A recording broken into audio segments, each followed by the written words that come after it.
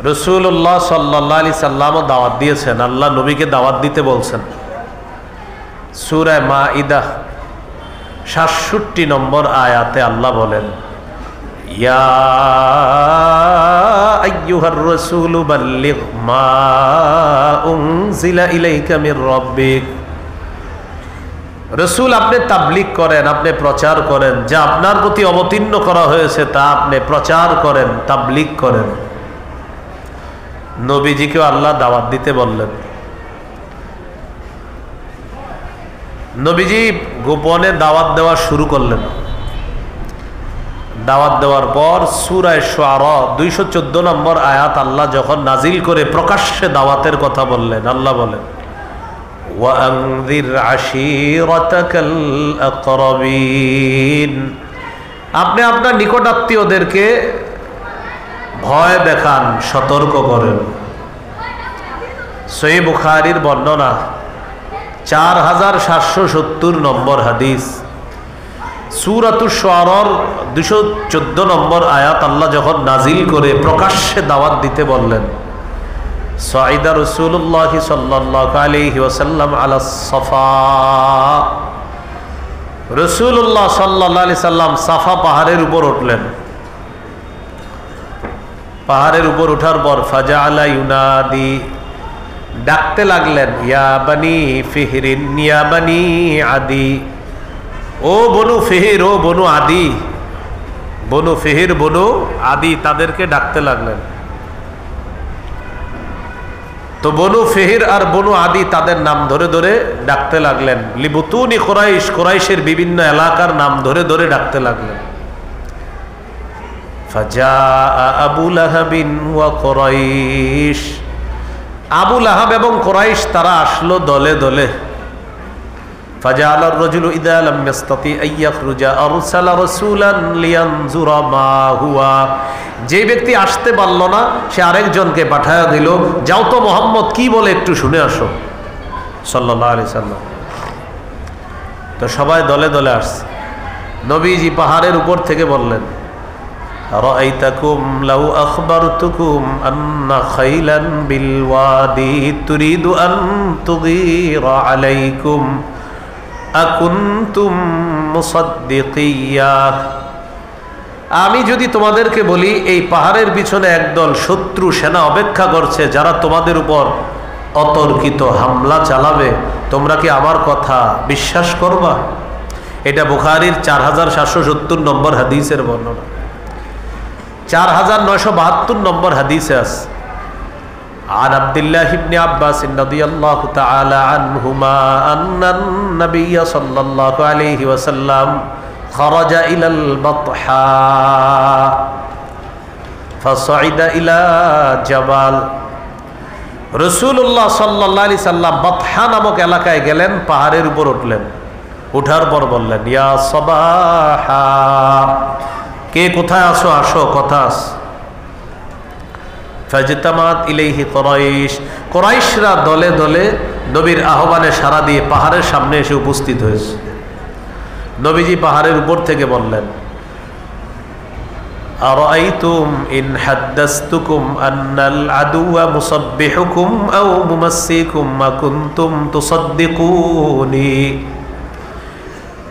আমি যদি তোমাদেরকে বলি একদল শত্রু সেনা যারা তোমাদের উপর সন্ধ্যায় অথবা সকালে তোমাদের উপর হামলা চালাইতে পারে, আমার কথা কি তোমরা বিশ্বাস করবা?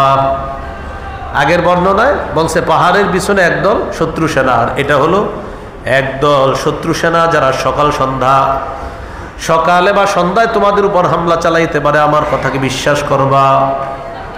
সবাই এক বাক্যে জবাব দিল, ক্বালু না'আম মা জাররাবনা আলাইকা ইল্লা সিদকা। অবশ্যই আমরা বিশ্বাস করব, আমরা যাচাই বাছাই করে দেখেছি, তুমি কখনো সত্য ছাড়া মিথ্যা বলো না, তুমি জীবনে যা বলো সব সত্য কথা। তো এই কথা বলার পর রাসূল সাল্লাল্লাহু আলাইহি সাল্লাম বললেন, যেহেতু আমি সব সত্য কথা বলি তাহলে শোনো, ফাইন্নী নাযীরুল লাকুম বাইনা ইয়াদাই আযাবিন শাদীদ। আমি তোমাদেরকে কঠিন আযাবের ভয় দেখাই। আল্লাহকে আল্লাহ মানো, যদি না মানো তোমাদের উপর কঠিন আযাব আসবে, আমার কথা মেনে নাও। যদি না মানো তোমাদের উপর কঠিন আযাব আসবে, সে আযাব কঠিন হবে। আল্লাহকে আল্লাহ মেনে নাও, যদি না মানো তাহলে কঠিন আযাব তোমাদেরকে পাকড়াও করবে। এই কথা বলার পর আবু লাহাব বলল, তাব্বান লাকা সাইরাল ইয়াউম আলিহাদা জামাআতানা। মুহাম্মদ, তুমি আমাদেরকে এই কারণে ডাকছো, তোমার পুরাটা দিন ধ্বংস হোক। নাউজুবিল্লাহ। তখন আল্লাহ তাআলা আয়াত নাজিল করলেন, তাব্বাত ইয়াদা আবি লাহাবি ওয়া তাব। আমার নবী ধ্বংস হবে না, আবু লাহাবের দুই হাত ধ্বংস, সে নিজেও ধ্বংস। বলি নাউজুবিল্লাহ। প্রকাশ্যে দাওয়াত দেওয়া শুরু করলেন। সহিহ বুখারীর বর্ণনা 2753 নম্বর হাদিস, 2753। قال رسول الله صلى الله عليه وسلم اشتروا أنفسكم। হে কুরাইশ সম্প্রদায়, তোমরা নিজেদেরকে আগুন থেকে বাঁচাও। فإني لا أغني عنكم من الله شيئا। আল্লাহর আযাবের মোকাবেলায় আমি তোমাদের কোনো উপকার করতে পারবো না।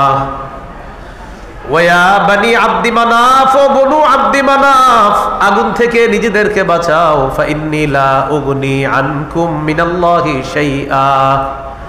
আল্লাহর আযাবের মোকাবেলায় আমি তোমাদের কোনো উপকার করতে পারবো না। এরপর বললেন, ইয়া আব্বাস ইবনে আব্দুল মুত্তালিব, নবীর চাচা আব্বাস, মানে নিজের চাচাকে ডেকে বললেন, আপনি আমার চাচা, নিজেকে আগুন থেকে বাঁচান। ফাইন্নী লা উগনি আনকা মিনাল্লাহি শাইআ। আমি আপনাকে আল্লাহর আযাবের মোকাবেলায় কোনো উপকার করতে পারবো না। ইয়া সফিয়াতা আম্মাতা রাসূলিল্লাহি সাল্লাল্লাহু আলাইহি ওয়াসাল্লাম, ও আমার ফুফু সফিয়া, আপনি আমার ফুফু, আমি আপনার ভাতিজা, আগুন থেকে নিজেকে বাঁচান। আমি কিন্তু আল্লাহর আযাবের মোকাবেলায় আপনার কোনো উপকার করতে পারবো না। নিজের কলিজার টুকরা ফাতেমা রাদিয়াল্লাহু তাআলা আনহাকে ডেকে বললেন, ইয়া ফাতিমা বিনতা মুহাম্মাদিন সাল্লাল্লাহু আলাইহি ওয়াসাল্লাম, ও মুহাম্মদের মেয়ে ফাতেমা সাল্লাল্লাহু আলাইহি ওয়াসাল্লাম, আনকিদি নাফসাকি মিনান নার, আগুন থেকে নিজেকে বাঁচাও। ফাইন্নী লা উগনি আনকি মিনাল্লাহি শাইআ। আল্লাহর আযাবের মোকাবেলায় আমি তোমার কোনো উপকার করতে পারবো না, বাঁচাও। প্রকাশ্যে দাওয়াত শুরু করে দিলেন। তাহলে আমাদের নবীও দাওয়াত দিছে, মনে আসেনি? 3 নাম্বার আলোচনা চলতেছে, দাওয়াতের গুরুত্ব। আল্লাহ দাওয়াত দিয়েছে, আমাদেরকে দাওয়াত দেন, ডাকেন, আহ্বান করেন জান্নাতের দিকে। নবীও দাওয়াত দেন। ওলামায়ে কেরাম আপনাদের সামনে কথা বলে, আমার আগে হযরত মাওলানা মুফতি হাসান জামিল সাহেব হুজুর কথা বলছে, কত সুন্দর সুন্দর কথা। 4 শ্রেণী মানুষ কি সুন্দর করে ব্যাখ্যা দিলেন। এই যে কথাগুলো বললেন, এটাও দাওয়াত। قال رسول الله صلى الله عليه وسلم مثل الذي يتعلم العلم ثم لا يحدث به كمثل الذي يكنز الكنز ثم لا ينفق منه। কোন ব্যক্তি যদি ইলম অর্জন করে, করার পর যদি ইলম প্রচার না করে, দাওয়াতের কাজ যদি না করে, প্রচার প্রসারের কাজ, তাবলীগের কাজ যদি না করে, সে ওই ব্যক্তির মতো হয়ে যাবে যে ব্যক্তি টাকা সঞ্চয় করলো কিন্তু খরচ করে না। এক ব্যক্তি টাকা সঞ্চয় করে, জমা করে, খরচ করে না।